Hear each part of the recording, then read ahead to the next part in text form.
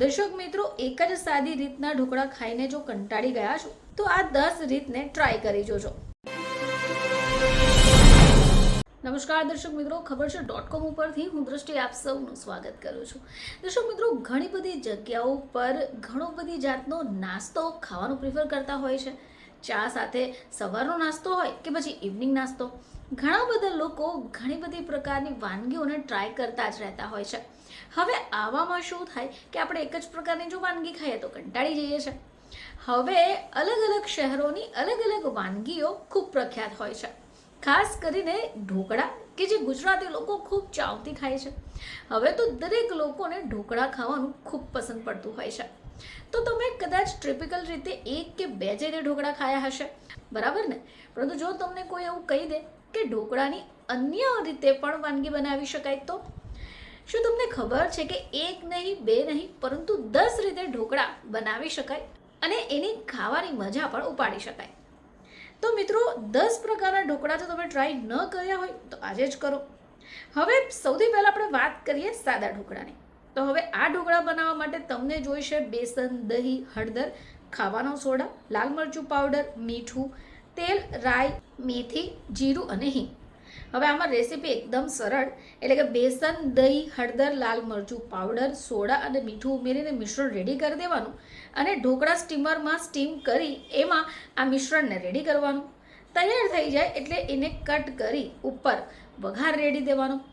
ચલો બીજી ટાઈપના ઢોકળાની વાત કરીએ અને એ છે મેથીના ઢોકળા. તો દર્શક મિત્રો, આમાં પણ સામગ્રી તો સેમ જ રહેશે.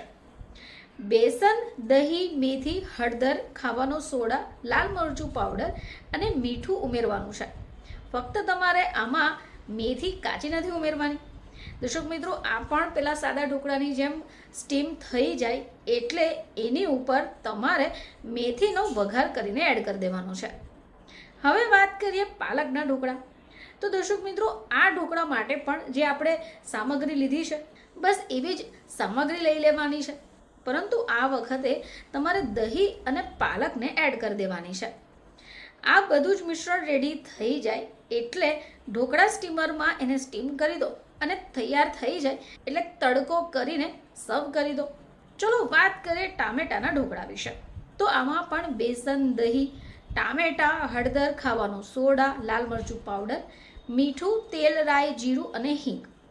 મિત્રો, આ રેસીપી જ્યારે બનાવો ત્યારે એની અંદર બેસન, દહીં, ટામેટા, હળદર, ખાવાનો સોડા, લાલ મરચું પાવડર અને મીઠુંને ઉમેરીને તમારે મિશ્રણને રેડી કરવાનું છે.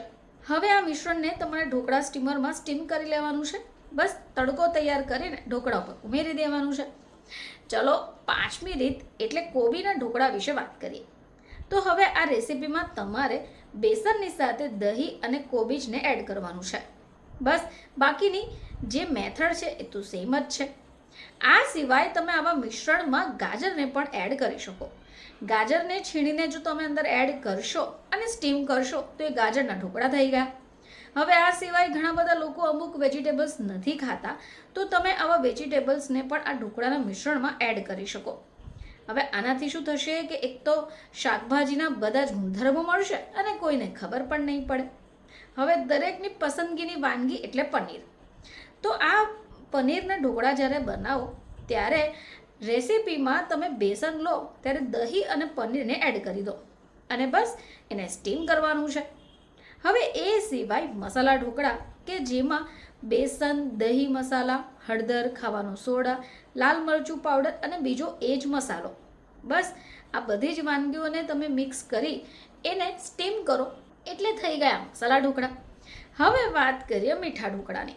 તો આપણે સૌ જાણીએ છીએ કે ઢોકળા એક પ્રકારે સ્વાદમાં ખાટા, થોડા તીખા લાગી શકે, પરંતુ મીઠા ઢોકળા પણ બની શકે. હવે મીઠા ઢોકળા માટે તમારે બેસન, દહીં, ખાંડ, એલચી પાવડરને એડ કરવાનું છે. હવે આ જ બધું મિશ્રણ રેડી કરી દેવાનું અને એને સ્ટીમ કરવા મૂકી દેવાનું. સ્ટીમ થાય, તૈયાર થઈ જાય એટલે ઉપર તડકો કરી દો. દર્શક મિત્રો, એક જ સાદી રીતના ઢોકળા ખાઈને જો કંટાળી ગયા છો તો આ 10 રીતને ટ્રાય કરી જોજો. તમારા ઘરમાં પણ દરેક વ્યક્તિ હોંશે હોંશે ખાઈ જશે. ફરીથી તમારી સમક્ષ હાજર થઈશું. ત્યાં સુધી જોતા રહેજો ખબર છે .com.